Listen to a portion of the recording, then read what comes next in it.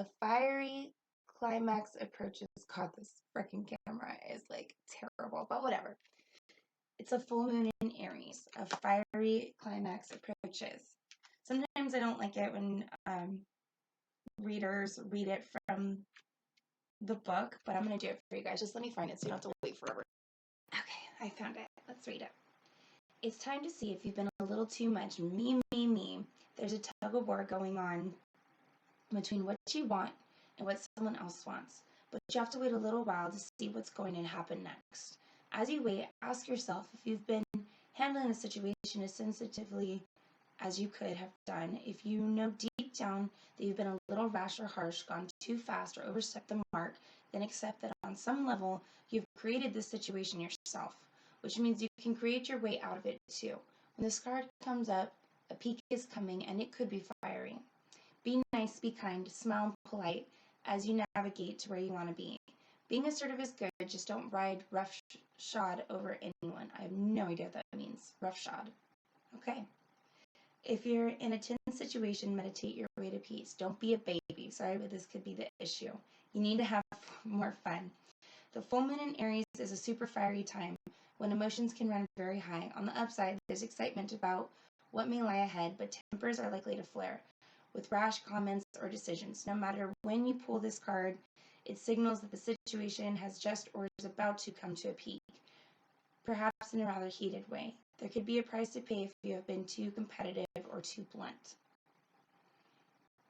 Okay, so for me, I know what this is talking about for me, and this has been something really hard for me to accept, which is when you get this feeling in your gut that you cannot let it go. Like you know it's gonna be bad. You know that like you've tried to touch on it, and every time you've tried to touch it, it's just been like little flares come. You're like, man, I know if I go full force on this, it's just gonna be flames, right?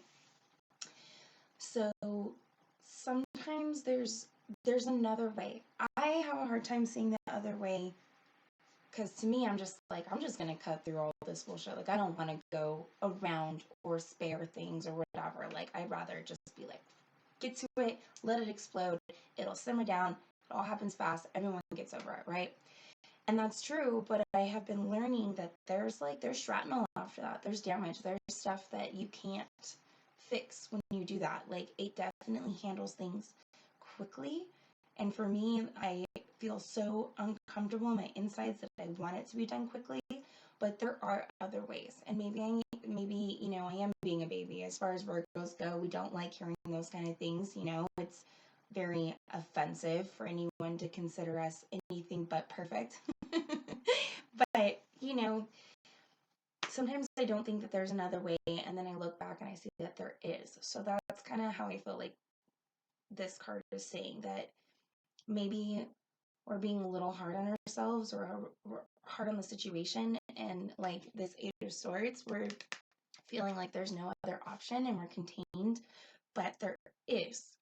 And the answer is love. The answer is always love. And it doesn't have to be romantic, just love in general. Just love people where they are. I love the situation that you're in, even if it's hard and horrible. Just come at it with peace, even if there's just this inside turmoil that won't go away because you know something's wrong. You know that whatever's happening in your life is wrong, that this needs to stop. It's something that someone else it's an outside influence, right? And you don't have control over it, and it's driving you crazy. But just send love and relinquish, let go. Let it go. And every time it tries to resurface, just find peace within yourself. Be above it. Be stronger. Be Virgo, right? Be that virgin. I mean, Virgin Mary, come on, she probably got so much scrutiny. If we're talking about religions, okay? Like, there's going to be people that are going to not understand your path, and you have to just release it. And once you release other people's journeys that cross over into yours and being like, I can't control their journey or how they slip into mine, all I can control is the car I'm driving. Like, I can swerve without crashing, right? I can maneuver around it and stay on my path and still feel good about the direction that I'm driving. And that's what I see. So I hope you guys like my first video. I know it was all over the place. I know I have a shitty quality freaking laptop. I'm not like dressed to the T. Don't have like this crazy. Well, I guess I like my backdrop, but you know, I talk a lot. That's just who I am as a person. But you know what? You gotta start somewhere, and I have been feeling really pulled to do this. So I figured I'd try at least a Virgo one before the season's over. Do it on my birthday, you know, and just see how people feel about it.